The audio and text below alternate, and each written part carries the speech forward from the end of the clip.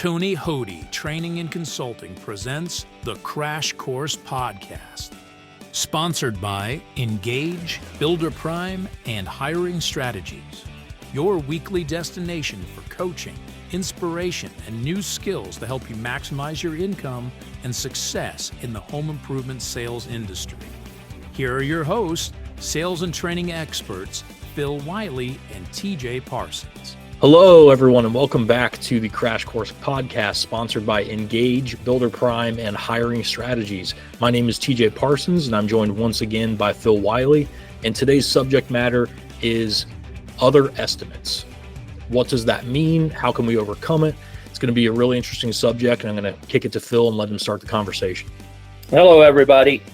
One of the things that we've heard a lot from people lately is, how do you overcome we want to get other estimates? So the first step in the process is we need to figure out what that means when a customer says, I want to get other estimates. So TJ, why don't you run down the list of different things that might be? Yeah, because other estimates as a phrase, 99% of the time does not actually mean other estimates. It means something else. It's a smokescreen to hide what the true objection is. So we're going to go through a list of what that real objection could possibly be. Number one is your price is too high, which even that is a little bit of a smokescreen, because what that really means is either you didn't create enough value or your price conditioning was too weak, and the customer still feels like they can shop around, find a very good product that they could be happy with for a lot less money. So that's probably the most common actual objection, is your price is too high. Number two, they are missing key information that's making them feel uneasy about making a decision. So that could be something as simple as they don't have a strong understanding of what other products are available. Yours is the only thing that they have seen, and they want to see what else is on the market. Or again, maybe your price conditioning again was too weak and they feel like they don't know what other prices are. Yeah, and I think just to add to that real quick, one thing we got to always remember is that, we've all heard the term buyers are liars. I like to say fibbers. Buyers are fibbers. And that first objection that we get when we ask for the order, it doesn't necessarily mean it is that. It's very easy, like you just said, that maybe they're missing key information, is just to flat out tell you we got to get other estimates. They're not always going to be very specific for us, and that's what closing is all about, is finding out what the real objection is, right? Absolutely. Number three, are they emotionally invested enough to be moved toward making a decision? And this goes back to our conversations we've had over the last couple of weeks about performance and about entertainment.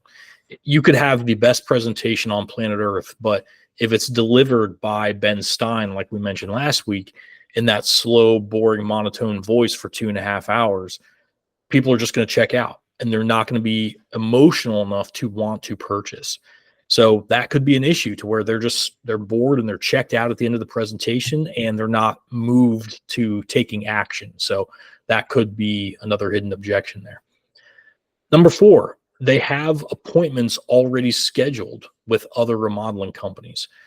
If this was a show lead or a lead aggregator lead, it's very possible that they have 3 or 4 other appointments already scheduled, and they might feel guilt or pressure in the back of their mind. I know I've talked to many customers over the years that feel guilty simply for telling a company they'd give them a chance and then not allowing that to happen. So they feel pressure to follow through with those appointments in order to not feel bad. So that could be something that is weighing on the back of their minds for sure. Number 5 is there's a third-party influence that needs to be addressed.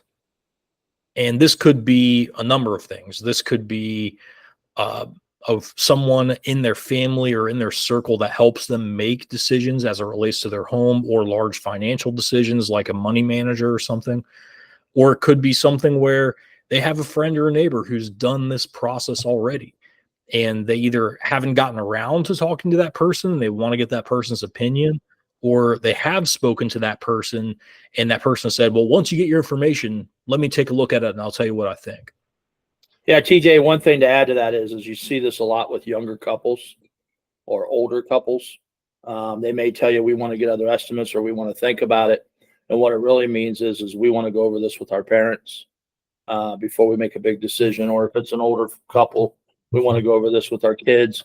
And, anytime you're dealing with a young couple or an older couple and they bring something up like this, and if you are able to overcome that's what the objection is, you're best to try to get an appointment scheduled with them there so that you can go over it yourself. Because as TJ always talks about, first thing they're going to say is how much are they charging? And that's pretty much going to be the end of the conversation. So you want to make sure you're there so that you can show them they're there so you can show them everything.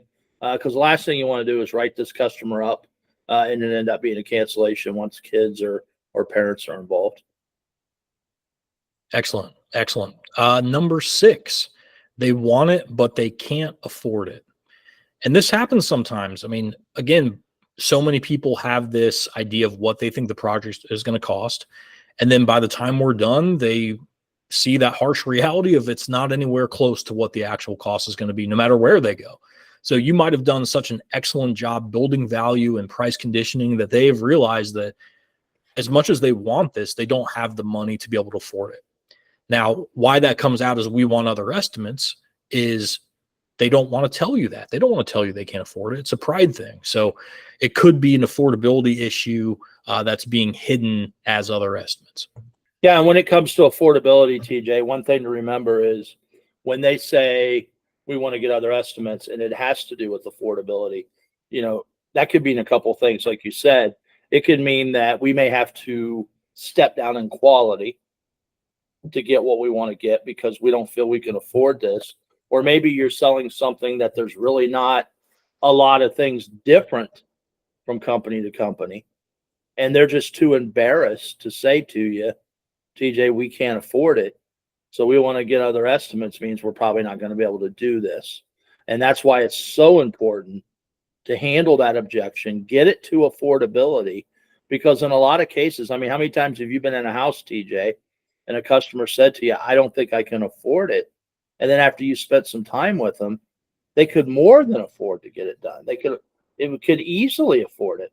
So that's why it's important, folks, that you, not only do you give that world-class presentation so that you earn the right to close, but it's important that once you start to get objections, that you take the time to follow through and actually close, because there is a sale there. And the last thing you want this customer to do is to go to another company and they end up making a mistake and choose to do business with someone other than you. So yeah, that's great stuff. Affordability is another big reason why people say they want to get other estimates. Yep. And you did hit number 7, which is they feel like they need to lower their standards or get a worse product so that they can get a lower price that they can comfortably agree to. So that's number 7. Yep. Number 8, they are afraid of making the wrong decision in front of you or in front of each other, and they don't want to have that conversation right there at the table. So we see this a lot too, where they'll say anything just to get you out of the house, all because they just need to sit in private and talk for a moment because they don't understand what the other person's feeling. The other person might be 100% on board and their spouse might be completely against it. They have no idea. So they want time to make sure that each of them feels truly comfortable with it. And that's where we can always go back to a tried and true thing that we've always used called the porch light close. And I'll let Phil talk about that. Yeah, I mean, and you want to be careful here because I'm never a big fan of leaving the table because I always feel like once I leave the table, everything's out of my control.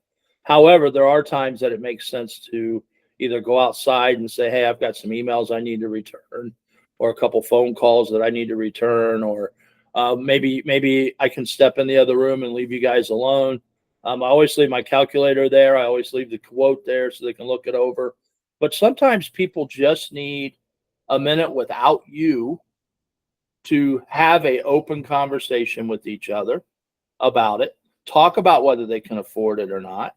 And also, you never know. You may have one of the two homeowners there that's completely on your side. they're ready to move forward. They know they can afford it. They want to get it done. Maybe they don't want to have that conversation in front of you because they're not sure how the spouse feels. So it's always good to we used to call it the porch light close, step outside.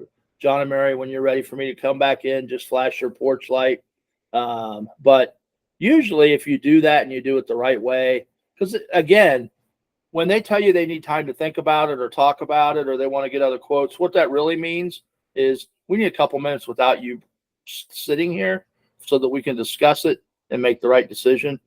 Give them that now while they're emotional. Give it to them while you're there. And most of the time that'll lead to a sale. Excellent. Excellent. Number 9, they've already made up their mind, but they're too afraid to say no. And we've seen this a lot where customers, they have made up their mind. They know that they don't want to move forward, whether that's the price is too high or they're not really in love with the design they saw. There's something they're not happy with, but they just don't want to tell you no. So they don't want to let you down. Yeah, they don't want to hurt your feelings, right? Yeah. So they'll say anything that they can to get you to feel somewhat comfortable or a little bit more relaxed on your way out the door. And we need other estimates is definitely one of those. Yep. Number 10, they have information that they're not sharing with you. So we see this quite a bit where someone has gotten other quotes already, and I'm sure it's happened to you in the past if you're listening to this. They've gotten other quotes, and you don't find out until the very, very end. They play along with your entire presentation as if they've never seen anything before, just to hit you with, well, we had a quote from so-and-so roofing company, and their price was $1,000 lower. Mm. And sometimes it's pricing related. Sometimes it's contradictory information, whether that's, I've seen some companies say, hey, we have exclusivity on this product in this area. But what they don't know is that this company got a quote, or this customer got a quote from a company that's outside of that territory that happens to run leads in that area. So there could be something where they have some bit of information that they're not willing to share with you that's contradicting what you've told them up to that point. Number 11, they're trying to get you to lower your price. And this is a very common one where they think that if they just tell you no, that you'll come at them with a lower price because that's what they're used to. That's what car dealerships do. That's what other remodeling companies have done to them in the past. And Phil, I know you've seen that quite a bit. Yeah, it's very few people have the personality type to negotiate. It would be great if a homeowner would just sit across from you and say, we're not ready to move forward. It's time for us to negotiate. And if we can come up with something we both agree to, we'll move forward. So a mask for negotiating sometimes is we need to think about it, or we're going to get other estimates. And what they're really doing is they're trying to see if we'll lower our price without them asking us to lower their price. Yep, absolutely. And then last but not least, and we do want to stress that this is very, very uncommon, that very few people actually have this or feel this way. So don't allow yourself to use this as an excuse. But it is true in rare situations that some people do actually have a pre-established buying process that they follow when they make big decisions like this.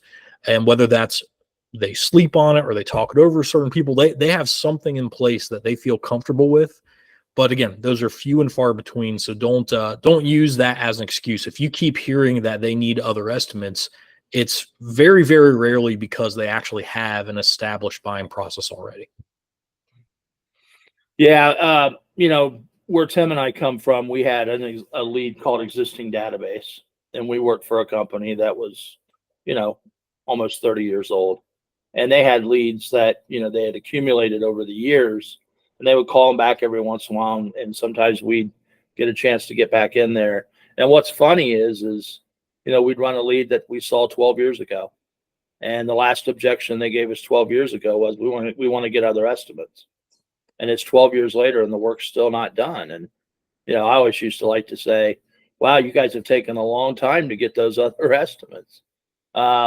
What's even funnier is that's their objection again today, is we want to get other estimates. And right. If you can't close that, you may not deserve to be in sales. So you want to make sure that when they tell you they want to get other estimates, they're not going to get other estimates. Let's figure out what the real objection is. Let's get it closed. Perfect. So So TJ, one of the things I know you love to talk about is blocking objections before they come up. So let's talk about how we can block I want to get other estimates in our sales presentation before it ever comes up. yeah, I think early in the presentation, there's a few things that you can do.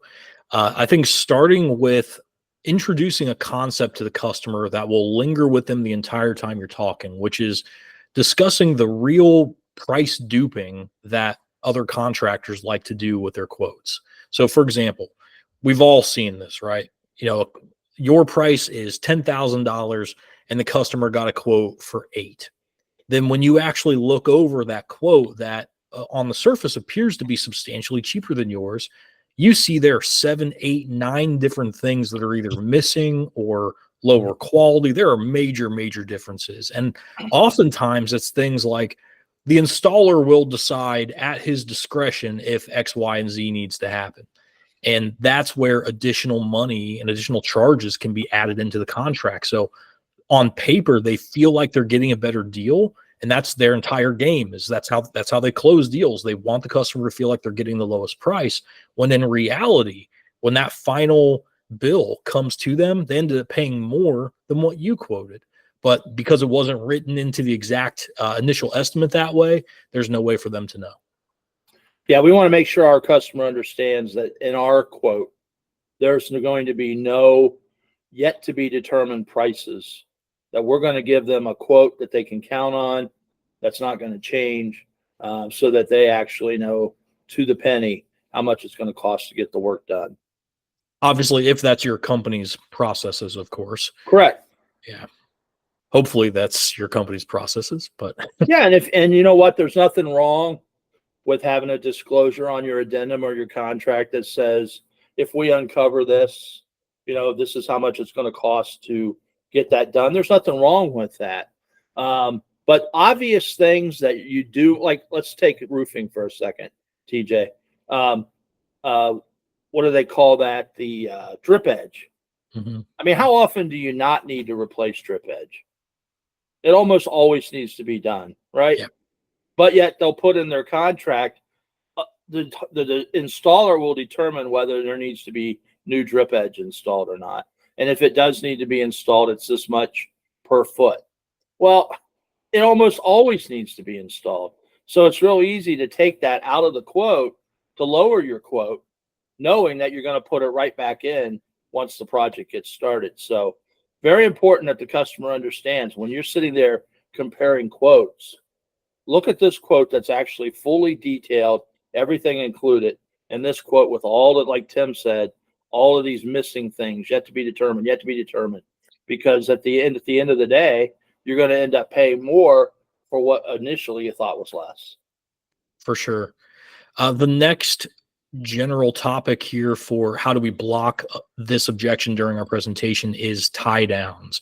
And I know that's Phil's baby. He's got a lot to say. Oh, I love tie downs and trial closes, because this is a couple things. Number one, you always hear TJ and I talk about you need to have a conversation with your homeowner, not a presentation. And tie downs and trial closes are your way to keep the customer talking, keep them engaged, ask them more questions, have them feel like they're taking part in the presentation. So just some simple questions like, John and Mary, putting product and price aside, is ABC the company you trust to install your windows properly and to service them for the remainder of the time that you live in your home? And this is a great follow-up because, TJ, the customer says yes. And I say, well, Mr. Parsons, why do you feel that way? And then you give me a couple reasons why you feel that way. And then I could follow it up even more with, well, why is that important to you as a potential customer? Now I'm keeping them talking. They're part of the presentation, and they're just closing themselves by telling me all the reasons why what I'm trying to convince them that they're already convinced. And they're trying to convince me that they're convinced. So that's a great tie down. One of the other things that we love to do is when we're in our product demo and you're showing them a feature of yours or an exclusive of yours, is take a second after the homeowner sees it and say, now let me ask you a question, Mr. Parsons. Why doesn't everybody else manufacture a material like this? I'm assuming because it costs more money. Yeah, it costs more to manufacture, right? Well, let me ask you a question. Now that you know this product exists, would you settle for anything less? No, I mean, if this product was affordable, isn't this what you'd want to see in your bathroom? absolutely. I love it. Yeah. And another great tie down is when you're showing your product, is maybe just stop for a second and say, you know what, Tim, let's say that you and I decided we were going to start our own gutter protection company. And we wanted to find a product that we would be comfortable selling to our friends, our neighbor, our families, something that we knew we could stand behind, something that we could guarantee. Isn't this the type of product that we'd want to represent? Absolutely. So again, if this product was affordable, isn't this what you want to see protecting your most valuable possession? Without a doubt. Yeah. Go ahead, TJ. Yeah, I think it's just important to remember here that these are really great, but this has to be done after a dynamite demonstration, right? I mean, Well, it's if it's part of it. Yeah. yeah, I mean, Part of if what makes it dynamite. exactly, but it's only going to work if you are really knocking their socks off, right? If Right. you're showing them, something pretty generic, like, yeah, this is our window, it's white, it opens and closes, and it has a screen. You like Now, my screen? I guess. I mean, right. it looks nice. And then you hit them with, now, do you know why doesn't everybody make a window like this? And they're thinking, I have no idea. It looks like every window I've ever seen, right? So Right. it has to be done after an impactful, powerful, difference-making segment of your presentation. Awesome. And you want to make sure you get used to asking little questions that include if money was no object, right? Oh, yeah. Money was no object. If affordable, you want to get used to asking those questions because that's all part of price conditioning. And then one thing that TJ and I love to do, and when I was a sales rep, I would do this probably 2 or 3 times in my presentation. And by the time I got to, well, I'll tell you what to do first of all, is I love to, when I show them something that they really think is neat or cool, is I just look at them and say, TJ, you see why I love my job? I think I may have learned this from Rick Grosso. You see why I love my job? Do you see why my job is so easy? Yeah. I mean, everybody loves our windows, right? And and that phrase is such an easy way to exude confidence and show people that, if your job really is easy, you're getting a ton of Yeah. sales. It means people are buying from you because you have a great product. So it does show confidence, but it's also soft at the same time. It's not super arrogant or egotistical. Yeah, and then by the time if you're like me and you like to have fun in the house, by the time I do it a third or fourth time, before I can even get the words out, they're like, "Yeah, we know you love your job. Your job's easy, right? We know, we got it." And of course, they're laughing. They're not frustrated with me, but we're having fun. They get it, and it's really fun to do. But tie downs, trial closes, asking the proper questions at the end of your presentation, getting that last strong tie down. John and Mary, now that you've seen everything about my company, you've seen everything about my product. If this is affordable, isn't this the product you want in your home? Isn't ABC the company you want protecting this product and servicing and warranty in this product? Great. Well, let me see what I can do with the price and see if I can't make this affordable. But you want to make sure that you get that strong tie down, that strong close at the end. So I guess now what we should probably talk about is how do we overcome? We want to get other estimates when it comes up in a closing situation, right? So, first of all, I want to make sure I put a warning out there to you. Don't make this mistake. When a homeowner tells you they've already got other quotes, I don't really recommend saying, well, who have those quotes come from? Who'd you get quotes from? Because again, I really don't like to get into conversations that include me bashing other people's product. If they bring it up, or if they say to me, what do you think about Jones Remodeling, or what do you think about the new Window Tech window that's out on the market, or whatever, I might give them some input. That's why it's important to always be knowledgeable about your competition and what they're selling. But I don't really care who they got their quotes from. But one thing you don't ever want to ask the homeowner is, well, what type of prices have they given you? Because the second you ask that question, you're done. Because first of all, they're going to lie to you. It's not going to be what they really got a quote for. It's going to be for less. Because, hey, let's see if you're willing to get down to that price, right? So it's best to just completely stay away from that. So a very good close to use is to ask the homeowner, okay, so how many quotes do you think you're going to get, Mr. Parsons? We always get at least 2 or 3 before we make a decision. Okay. So let's say you get 3 quotes. I would imagine you're going to sit down, you're going to look over all 3 quotes, and the one that you decide is the best, or maybe you're looking for value, whatever that is. That's the company you're going to call back, and that's the company that's going to earn your business. Yes. So let's say all 3 quotes come back exactly the same price. Who do you want to do the work for you? Well, if they were all the same price, we'd probably just hire you. And why is that? Well, I mean, we love your warranty, and you've got great reviews online, and you've been really helpful. So, yeah, we'd like to support you. Okay, so all things being equal, when it comes to price, you love my company, you love my warranty, you love our commitment to service, you love our online reputation, you love our product, you love everything about our company, and our product. So if the prices are all the same, you're going to call me up and we can do this project for you, right? Yeah. What if we're $500 more? Are you still going to call me back? Yeah, probably. Yeah. 1,000? I mean, where's the cutoff? The point I'm trying to make is, you told me you're going to live in this home another 15 years, right? Right. And one thing I could do right now is I could break this down to the ridiculous, and I could take $1,500 and divide it by 15 years and say, is doing business with me and my company worth 2 cents a day, whatever it ends up being. But the main thing is how much is your peace of mind worth, TJ? I mean, is it worth $1,000 to you to know that 10 years from now you've got a window that broke or a screen that got ripped and you need us to come out and take care of it, and you call the number and you don't hear, this is Papa John's, what's your last name? Right?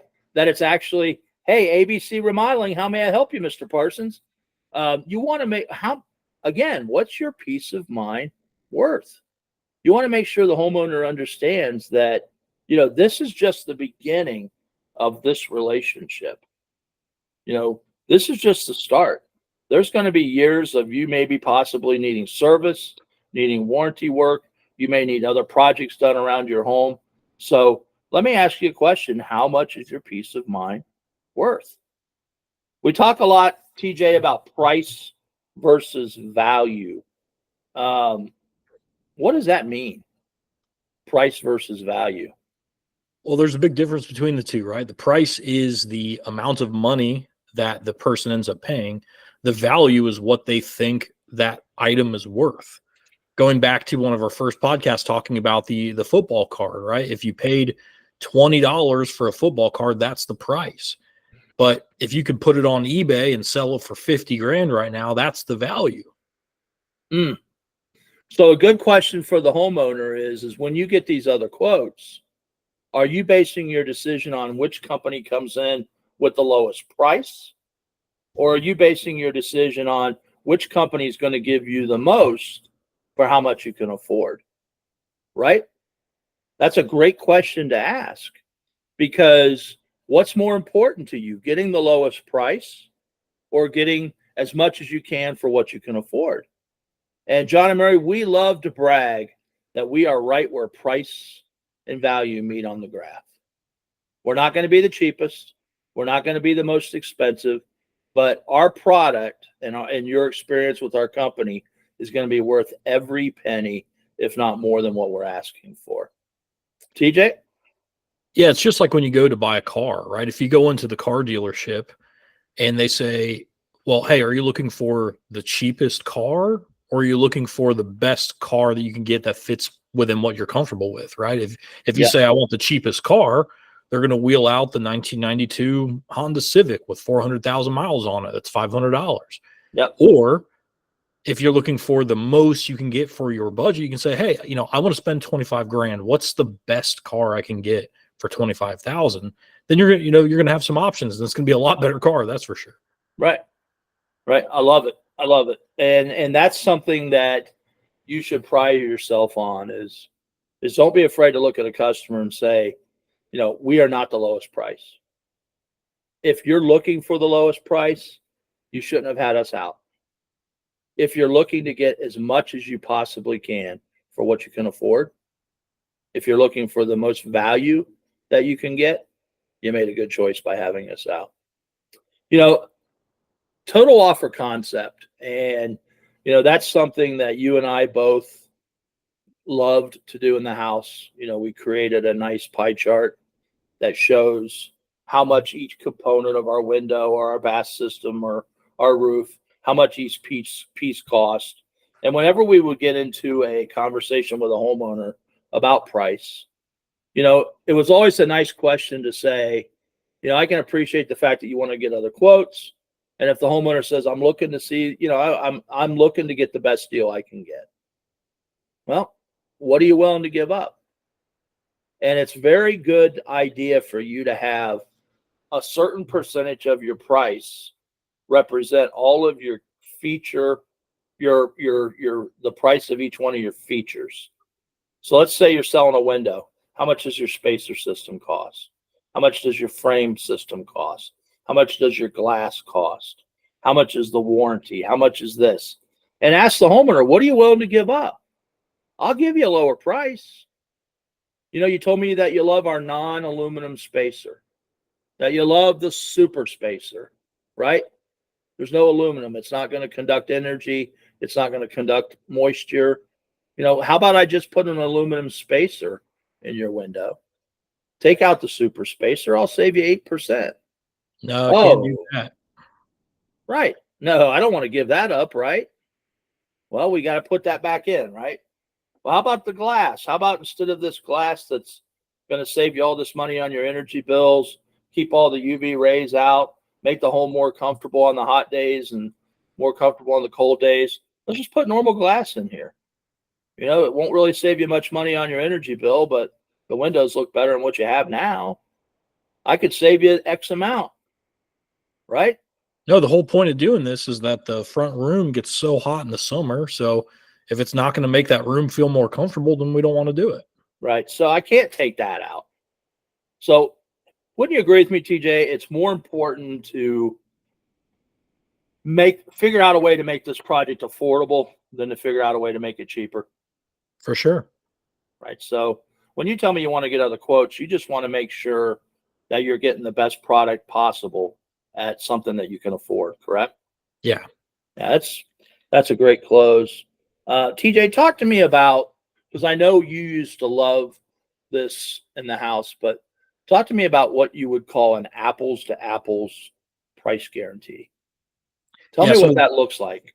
We've worked with a couple companies now that have used this or some version of this in the past, but essentially the main design of it is having a form that says, we believe so strongly in the quality of our products and the pricing that we have for it, that we guarantee you that you can't find the same window and the same warranty and the same service for a lower price. And if you somehow are able to, not only will we match that lower quote, but we'll give you a $250 Visa gift card to say thank you for your time.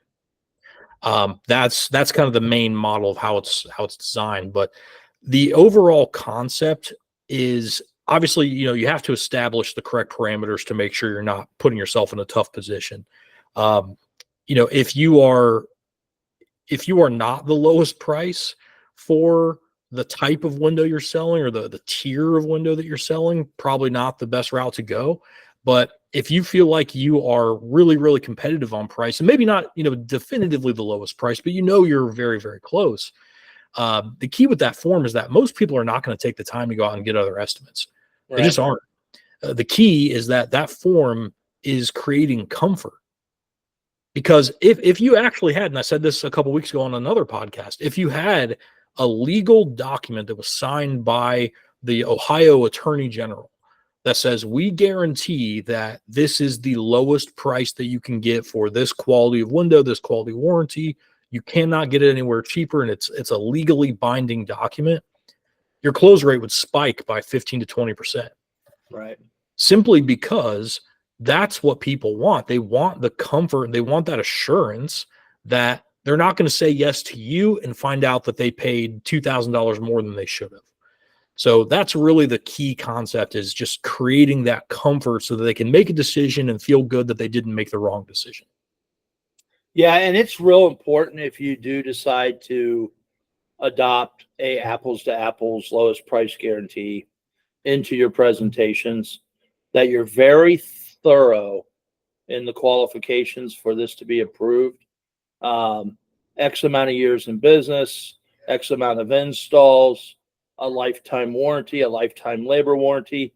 Everything that you do needs to be in those qualifications so that you don't end up getting taken advantage of.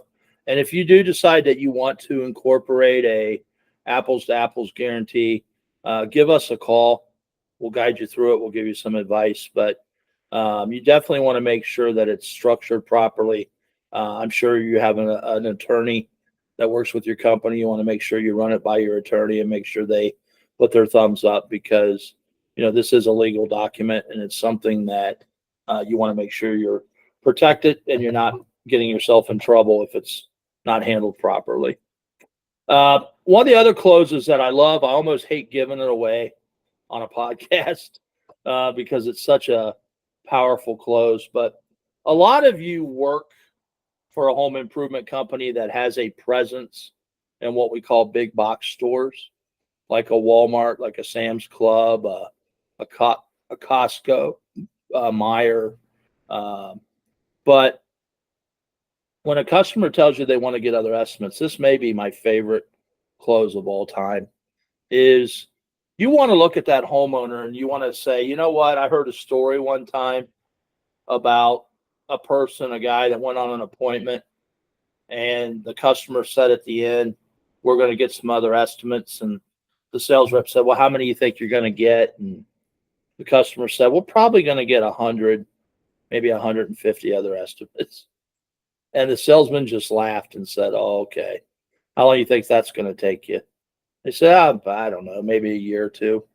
And they just laughed and said, okie dokie, here's my number, my name, give me a call if I can do anything for you. And sure enough, that customer called back one day and said, hey, I don't know if you remember us, but you came out, you showed us your product. We told you we were going to get 100 to 150 other quotes, and we did. And we looked at product, we looked at price, we looked at reputation, we talked to customers, and we've decided that we want to go with you. You know who that name of that customer was, Tim? Who's that? It was Walmart, the largest retailer in the world. They could have put anybody in their store. And they took the time and did the due diligence to make sure that they chose a company that they could trust with their customers, trust with their reputation, that the quality of product was in line with their opinion of quality. And they chose us over everybody else. So let me ask you a question. Do you have the time and the resources to get a quote and an estimate from every home improvement company in your area? I sure don't.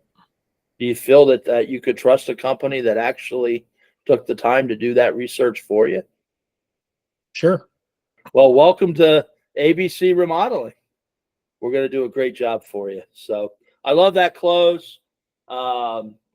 Make sure that you run that by your sales manager before you use it, that they're okay with you talking about Walmart or Kmart or Sam's Club or Meijer or Costco, whatever store you're in. I thought I won the lottery close. This is a great close, and TJ, I even remember, and I'll have you fill in the gaps here in a minute. But I actually remember you calling me on the phone one time and telling me this story. But TJ ran an appointment one time. Why don't you tell the story, TJ? I had a customer down in Washington Courthouse, if you remember that location. Yep. But he lived right off of the highway, so you could see his home as you drove on the highway. And when I pulled up to the house, I could tell pretty immediately that the windows in the house were brand new. And of course, I was 22 at the time, so I'm like, oh, here we go. Let's see what this is. So I go inside and we talk for a minute, and he's a really nice guy. And I just said, hey, these windows look really new. And he says, yeah, they're probably about 3 weeks old. And I was like, 3 weeks? What am I doing here? So he takes me into the living room and he opens up his curtains, and he has a huge 3-part slider, like a really big one. It's probably like 120 by 45, 50, something like that. And the center pane was cracked down the center. So of course I'm thinking, okay, he just wants me to replace this window. So the first thing I do is like, well, yeah, did you contact the company that put the window in? I'm sure the window's under warranty. And he goes, well, that's the whole reason you're here. He said, what happened was I was at work when they did the install. And when I got home, they were packing up and leaving, and they were kind of in a rush. And the guy came outside and kind of walked me around the house. Didn't take me over to that side, though, but walking me around everything else on the outside. And then gave me his card and said, hey, if you need anything, just give me a call. And then got in the car and took off. So about an hour later, he walks into that room and sees the giant crack. And immediately he's like, what the heck? So he calls the installer, and the installer is, apologizing profusely, like very, very apologetic, which at the time the customer did not understand, because he assumed, hey, they broke the window, they're going to fix it. It's really no big deal. So, but the installer ends up saying, yeah, just call this number at the office. They'll take care of you. So he calls the 1-800 number, goes through all the shenanigans to actually get to an actual person. But when he finally does, they say, oh, yeah, no big deal. We have the measurements already on file. We'll get the new window produced. I'll probably be about 5 or 6 weeks, but then we'll be there to take care of it. So he says, okay, no problem. So they show up 6 weeks later to actually perform the work. They start prepping the window. They're removing, basically setting up the window to be taken out. And then one of the foremen walks over, hands the customer a bill for $6,000. Oh. And the customer's like, oh, no, I'm not paying for this. This is a warranty problem. They broke the window when they installed it. And he goes, you didn't read your warranty, did you? And the customer's like, no. So basically the warranty said that they don't cover any damage due to improper or faulty installation.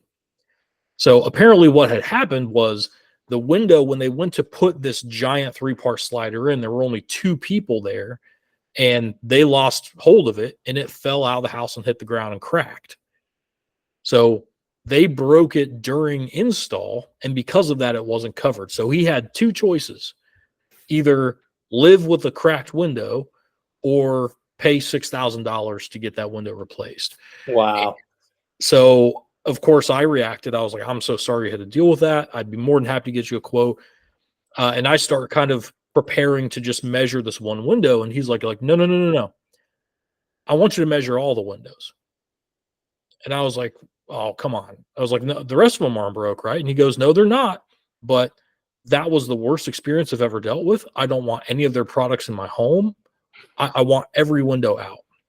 And I kept trying to convince him. I was like, look, man, I get it. I was like, but you're spending a lot of money to do this project twice. And it didn't matter what I said. Eventually he decided that that's what he wanted. And $32,000 later, he was getting the whole house full of windows because the prior company broke one and tried to charge him for it. Yeah. Sad story, but great story for what we're talking about, right? Yeah. And again, it goes back to what you and I say all the time.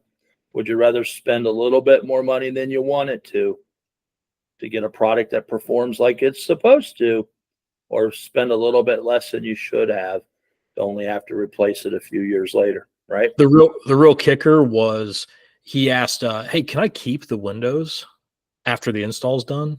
And I was like, yeah, sure. Kind of a weird question, but I was like, yeah, okay. I thought maybe he had a barn or something he wanted to put them in because, Washington Courthouse is farmland, right? Yeah. Well, turns out he stacked the windows into a giant pile in his front yard with a giant sign that said, piece of what company's windows. I'm not going to say the company name.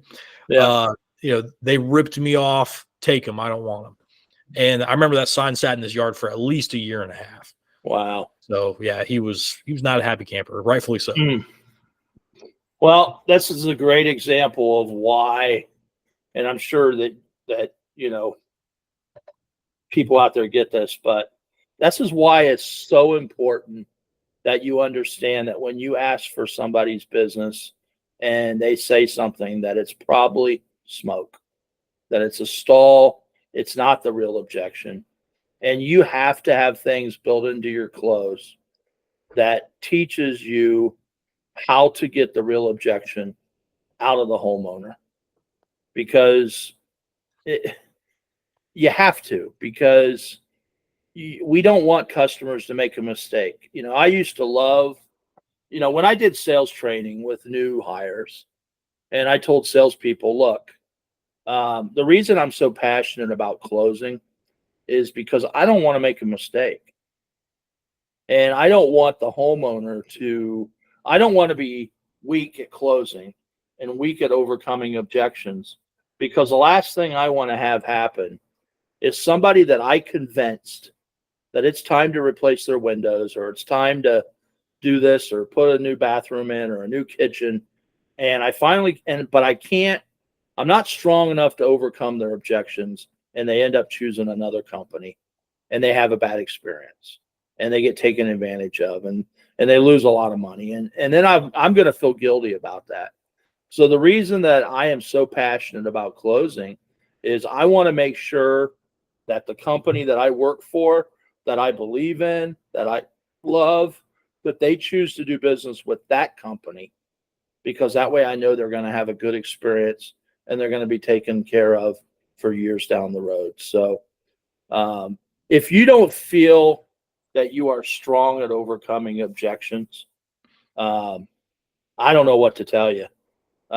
You need to reach out to us and let us work with you and get you great at handling objections, because if you're going to give a world-class presentation, you should be walking away with a sale every time. So, and we have tools that'll teach you how to get the real objection.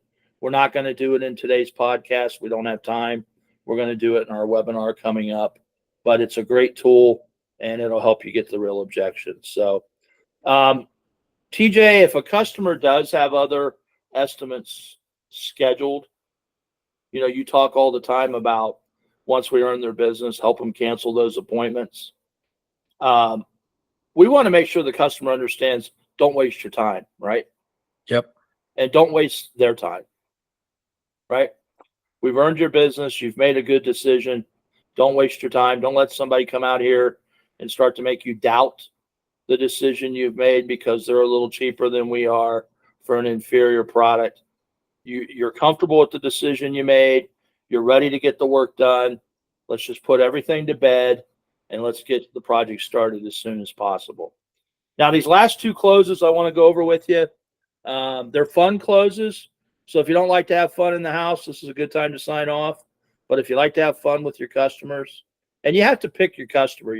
If you don't have the right relationship with a customer, you don't feel, hey, we have the right what's the word I'm looking for? The right banter, or we're not having fun back and forth. You might not want to do this close, but I call this the throw up close. And, I love to, and I actually used this once. I made it up in a house and it worked. But I looked at a customer and they said they were going to get other estimates.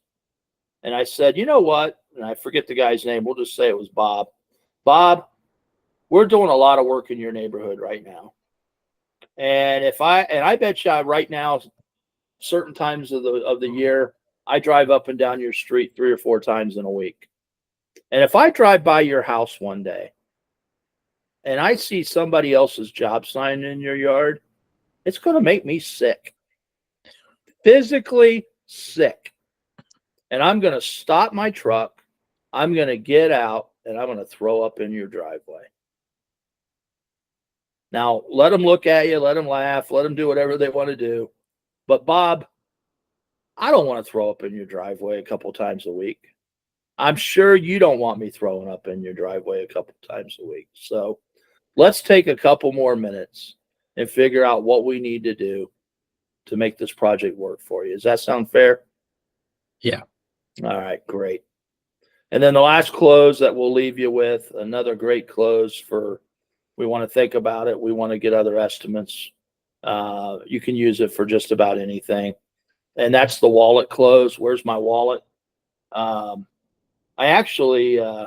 love this close, but again, you want to make sure you have the right climate with the homeowner to use a close like this. But, ask the homeowner, Mr. Parsons, when you come home from work, where do you put your wallet? Usually on the kitchen counter. On the kitchen counter? You ever put it anywhere else? Sometimes it ends up like on my dresser or nightstand. On your dresser. I don't know if you're like me, but every once in a while, do you forget and leave it in your pants? Oh, yeah. Done that before. I do that too often. But let me ask you a question, Mr. Parsons. Tomorrow morning, you're getting ready to leave for work. You go into the kitchen, and on the kitchen table, your wallet's sitting there. You grab it and you put it in your pants. Are you still going to go in the bedroom and see if you left your wallet on the dresser? No. Why not? Because I already found my wallet. Right. You've already found what you're looking for, right? Right. Why would you go look somewhere else for something that you've already found? Right. Right. Would you look in the hamper, the dirty clothes hamper, and grab the pants you had on yesterday to see if you left your wallet in your pants? No. Why not? Because I already found it. And I know you're about ready to hit me, but you've already found it, right? Yeah.